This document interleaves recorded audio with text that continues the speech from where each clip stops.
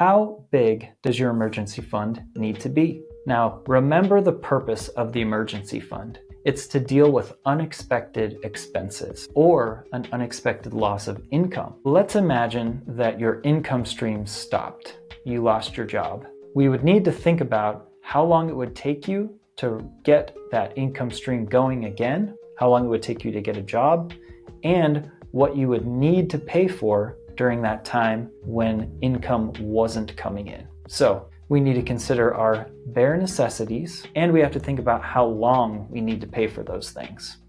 Most financial gurus recommend 3 to 6 months worth of expenses. So hopefully you would be able to find a job within those 3 to 6 months and restart your income stream. So let's go with those basics. We're going to save up 3 to 6 months of our necessary spending. What does that mean? If you remember last week's episode, we talked about the 50-30-20 method of budgeting. That's where 50% of our spending is done towards necessities, 30% towards discretionary spending, and 20% towards saving and investing.